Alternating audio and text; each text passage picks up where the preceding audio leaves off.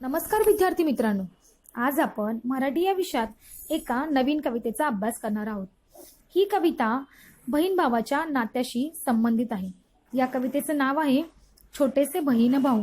या कवितेचे कवी आहेत वसंत बापट। चला तर मग आता आपण पाहूया या कवितेचे कवी नक्की आपल्याला काय सांगतात।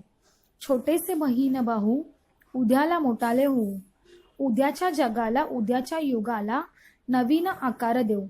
पहा बरं, कवी आपल्याला काय सांगतायत की छोटेसे बहीण भाऊ आहेत ते उद्याला मोठाले होणार आहेत आणि ते मोठे होऊन काय करणार आहेत, उद्याच्या जगाला उद्याच्या युगाला एक नवीन आकार देणार आहेत, एक नवीन जग घडवणार आहेत।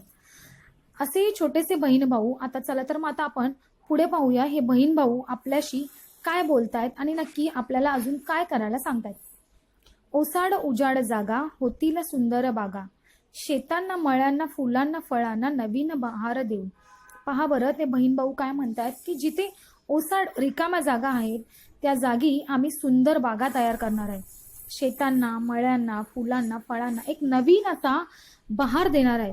ते बहीण भाऊ दोघं मिळून खूप सुंदर असं जग बनवण्याचा विचार करतात।